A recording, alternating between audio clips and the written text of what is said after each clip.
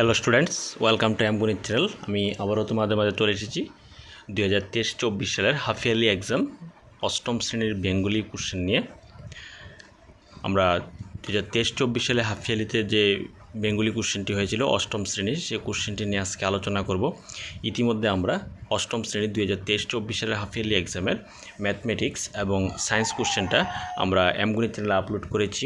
তোমরা আশা করি তোমরা এগুলি কোশ্চেনটি দেখতে পেয়েছো। তো তোমাদের আজকে আমরা বেঙ্গলি কোশ্চেনটি নিয়ে আলোচনা করব এবং যতটুকু সময় আমরা 1 মার্কসের কোশ্চেনগুলি আনসার বলে দেব এবং তোমাদের যে বড় কোশ্চেনগুলি থাকবে 5 মার্কসের কোশ্চেনগুলি থাকবে সেগুলি তোমরা বই থেকে সংগ্রহ করে নেবে আনসারগুলি। তো পরবর্তীতে আমরা অন্যান্য সাবজেক্টের ভিডিওগুলি আমরা অ্যাম্বুনিত চ্যানেলে তুলে ধরবো। যদি ভিডিওগুলি ভালো লাগে অবশ্যই চ্যানেলটিকে সাবস্ক্রাইব করে পাশে থাকবে এবং অবশ্যই লাইক শেয়ার করতে ভুলবে না। তো চলো আজকে শুরু করতে যাচ্ছি আমাদের Bengali question half yearly exam 2023-24। প্রথমে আমাদের এখানে দেওয়া হয়েছে একটি অনুচ্ছেদ দেওয়া হয়েছে। তো অনুচ্ছেদটি ভালো করে পড়লে আমরা নিচে অনুচ্ছেদের যে কোশ্চেনগুলি থাকবে সেই কোশ্চেনগুলি আমরা খুব সহজে আমরা আনসার করে নিতে পারবো। তোমরা আগে অনুচ্ছেদটা ভালো করে পড়ে নেবে। আমি অনুচ্ছেদটা সম্বন্ধে কিছু বলছি না, যেহেতু এটার মধ্যেই আনসার আছে, তাই তোমরা প্রশ্নগুলি পড়ে আনসারটা এটা থেকেই তোমরা লিখতে পারবে। নেক্সট আমাদের খ বিভাগে 35 নম্বর কোশ্চেন করা হয়েছে। প্রথমে বাক্য গঠন করা হয়েছে। বাক্য তৈরি করতে হবে। 3টা শব্দ দেওয়া আছে, 3টা শব্দ দিয়ে বাক্য তৈরি করতে হবে। এখানে প্রত্যেকটা 1 মার্কস করে।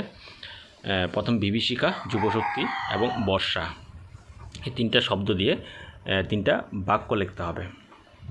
নেক্সট আমাদের চলতি ভাষায় রূপান্তর করা। এখানে কোশ্চেনের মধ্যে দেওয়া হয়েছে তাহার ঘাড়ে চড়িয়া জানালা দিয়া লোকের ঘরে ঢুকি। তো এখানে চলতি ভাষায় রূপান্তর করে নেবে তার ঘাড়ে চড়ে জানলা দিয়ে লোকের ঘরে ঢুকি।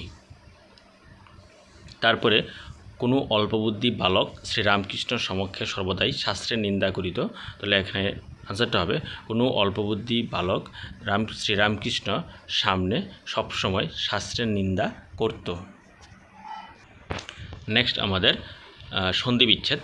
প্রথমে দেওয়া সন্ধি বিচ্ছেদটা বৃষ্টি সন্ধি বিচ্ছেদ হবে বৃষ যুগ টি। শ্বেতাঙ্গ, শ্বেত যুগ অঙ্গ শ্বেতাঙ্গ। তারপর হবে নিরস হবে নি যুগ রস নিরস। তারপরে নিচের প্রশ্নটি উত্তর দাও। যে কোনো একটি প্রশ্ন, 2টি প্রশ্ন দেওয়া হয়েছে, যে কোনো একটি আনসার করতে হবে। এটা 5 মার্কসের কোশ্চেন। যত্নই মানব জীবনের উদ্দেশ্য, কে কী উপলক্ষে কথা বলেছেন। এবং আরেকটি প্রশ্ন হচ্ছে এই যে 3টি রোগ গ্রামগুলিকে বজ্রমুষ্টিতে ধরে আছে, এখানে কোন 3টি রোগের কথা বলা হয়েছে। এটা যুবশক্তির প্রতি আহ্বান গল্প থেকে এসেছে। তোমরা কোশ্চেনটা দেখে নেবে। তারপরে বিপরীত শব্দ আমরা জানি নিচে বিপরীত শব্দ উপর এবং উদয় মানে উঠা মানে অস্ত যাওয়া আসবে বিপরীত শব্দ। দীর্ঘ মানে অনেক বড়, এটা হবে বিপরীত শব্দ হবে ছোট। তারপরে 7 নম্বর শুদ্ধরূপ মধুসূদন। এখানে 4টা বানান দেওয়া হয়েছে। মধুসূদনে কোনটা শুদ্ধ হবে? এখানে শুদ্ধ হবে প্রথম মধুসূদনটি। খ নম্বরের মধ্যে সৃষ্টি দেওয়া হয়েছে। এখানে সঠিক হবে মাঝখানেরটি। গ নাম্বার জোরহাট শুদ্ধ বানান হবে লাস্টেরটি জোরহাট। ঘ নাম্বার নিঃশব্দ, সঠিক হবে মাঝখানেরটি। তারপরে 8 নাম্বার সমার্থক শব্দ চরণ মানে পা। গজ মানে হাতি। রবি মানে সূর্য।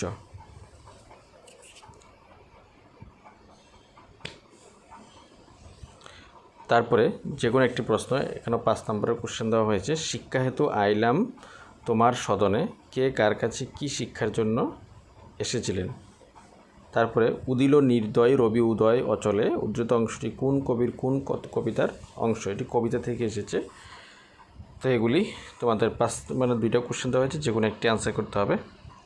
তারপরে একটি অনুচ্ছেদ দেওয়া হয়েছে। অনুচ্ছেদটি এটার মধ্যে আমাদের আনসার দেওয়া হয়েছে। মাইকেল মধুসূদন দত্ত দেওয়া হয়েছে। মাইকেল মধুসূদন দত্ত জন্মগ্রহণ করেন 25শে জানুয়ারি 1824 খ্রিস্টাব্দে। মৃত্যু হলো 29শে জুন 1873 খ্রিস্টাব্দে। তার জন্মস্থান হলো বাংলাদেশের অন্তর্গত যশোর জেলার সাগরদাড়ি গ্রামে। তার পিতা ছিলেন রাজনারায়ণ দত্ত এবং মাত্র 19 বছর বয়সে খ্রিস্টান ধর্ম গ্রহণ করেন। তার প্রথম কাব্য ইংরেজি ভাষায় রচিত a vision of the past captive lady. তেমন প্রশংসা না পাওয়ায় তিনি বাংলা ভাষায় সাহিত্য সাধনা ব্রতী হন। তিনি বাংলা ভাষায় প্রথম অমৃতাক্ষর ছন্দের প্রবর্তন করেন। তার রচিত প্রহসন কি বলে সভ্যতা, বুড়ো শালিকের ঘাড়েরও। তো এটা তোমরা পড়ে নেবে প্যাসেজটা, আমি আর পড়ছি না। এখানে প্রথমে দেওয়া হয়েছে মাইকেল মধুসূদন দত্তের পিতার নাম, এর আমরা জানি রাজনারায়ণ দত্ত। মাইকেল মধুসূদন দত্তর জন্মস্থান কোথায়? এই যে মাইকেল মধুসূদন দত্তের জন্মস্থান এখানে দেওয়া হয়েছে, জন্মস্থান অধুনা বাংলাদেশের অন্তর্গত যশোহর জেলায়। নেক্সট আমাদের মাইকেল মধুসূদন দত্তের প্রথম কাব্যের নাম কি? তো মাইকেল মধুসূদন দত্তের প্রথম কাব্য এখানে দেওয়া হয়েছে যে তার প্রথম কাব্য ইংরেজি ভাষায় রচিত the vision of the past captive lady. Next, Michael Madhusudan দত্তের দুটি নাটকের নাম। তো মাইকেল মধুসূদন দত্তের দুটি নাটক এখানে শর্মিষ্ঠা, পদ্মাবতী, কৃষ্ণকুমারী, মেঘনাদ বধ, তিলোত্তমা সম্ভব। এখানে দুইটা বলেছে, যেগুলো দুইটা লিখতে হবে। তারপরে বৈচিত্র্য শব্দের পদান্তর তোমরা নির্ণয় করতে হবে। এখানে দেওয়া নেই, বৈচিত্র্য শব্দের পদান্তর। তারপরে গবিভাগ 35 নম্বরের কোশ্চেন দেওয়া হয়েছে। প্রথমে ব্যাস বাক্য রাজর্ষি ব্যাস বাক্য হবে যিনি রাজা তিনিই ঋষি, অর্থাৎ কর্মদ্বারায় সমাস। উপবন বনের সদৃশ্য, এটা অব্যয়ীভাব সমাস। বিদেশ অন্য দেশ, এটা হলো নিত্য সমাস। তারপরে ঘটনা অনুসারে নিচের বাক্যগুলির শ্রেণী নির্ণয় করো। পণ্ডিত মশাই ফেল করে চেয়ে রইলেন, এটা আমাদের সরল বাক্য। এবং যতদিন বাঁচি ততদিন শিখি, এটা নির্দেশক বাক্য। তারপরে পদগুলির কারক বিভক্তি নির্ণয়। ভূমিতে করিয়াবাস এবং ক্ষমা করো সবে, এগুলি আমাদের কারক বিভক্তি নির্ণয় করতে হবে। নেক্সট 14 নম্বর শব্দরত্ব ধরা। এখানে শব্দরত্বটি নির্ণয় করতে হবে। ধরা দেওয়া আছে, পরিচর্যা দেওয়া আছে এবং তটিনী দেওয়া আছে। ধরা মানে ধরিত্রী অর্থাৎ পৃথিবী, পরিচর্যা মানে সেবা করা, তটিনী মানে নদী। তারপর আমাদের 15 নম্বরের মধ্যে যে কোনো দুটি প্রশ্নের আনসার করতে হবে। 5 মার্কসের 3টি কোশ্চেন দেওয়া হয়েছে, যে কোনো দুটি আনসার করতে হবে। নিষ্পাপ যৌবন এক অমূল্য সম্পদ, কার লেখা কোন প্রবন্ধ থেকে উদ্ধৃত অংশটি নেওয়া হয়েছে এবং নিষ্পাপ যৌবনকে কেন এক অমূল্য সম্পদ বলা হয়েছে। নেক্সট, দেশের যুবশক্তির উপরই আমার আশা। বক্তা কেন দেশের যুবশক্তির উপর আশা প্রকাশ করেছেন এবং আমি সঙ্গে না গেলেও মুখাগ্নির কী হবে, মুখাগ্নি কী এবং মুখাগ্নির সমস্যার সমাধান কীভাবে হয়েছে, যেটা লালু প্রশ্ন থেকে গল্প থেকে এসেছে। নেক্সট আমাদের আবার 5 মানের প্রশ্ন দেওয়া হয়েছে, যে কোনো একটি আনসার করতে হবে। দুটি প্রশ্ন দেওয়া হয়েছে, যে কোনো একটি আনসার করতে হবে। তারপর অনুচ্ছেদ হচ্ছে ত্রিপুরা ভ্রমণস্থান এবং অনুচ্ছেদের সাথে একটি অনুচ্ছেদ রচনার সাথে আবার একটি অনুচ্ছেদ দেওয়া হয়েছে, যেটা থেকে পরে নিচে প্রশ্নগুলি আনসার করতে হবে। তো আমাদের রচনা থেকে এটাই অনেক সহজ মনে হবে। এটা থেকে পরে এটার মধ্যে আনসার দেওয়া হয়েছে, এটা থেকে আমাদের আনসারটি তৈরি করতে হবে। 5টা কোশ্চেন দেওয়া হয়েছে। তারপরে আমাদের একটা আবেদনপত্র। শারীরিক অসুস্থতার জন্য 3 দিন বিদ্যালয়ে উপস্থিত ছিলেন না, তা জানিয়ে প্রধান শিক্ষক বা শিক্ষকের অধ্যক্ষের কাছে পত্র লেখো। এ হলো আমাদের Bengali question 2023-24 half yearly exam. এই কোশ্চেনটা দেখলে তোমরা অবশ্যই অনেকটা ধারণা পাবে যে 2024 হাফ ইয়ারলি এক্সাম তোমাদের কীরকম হতে পারে।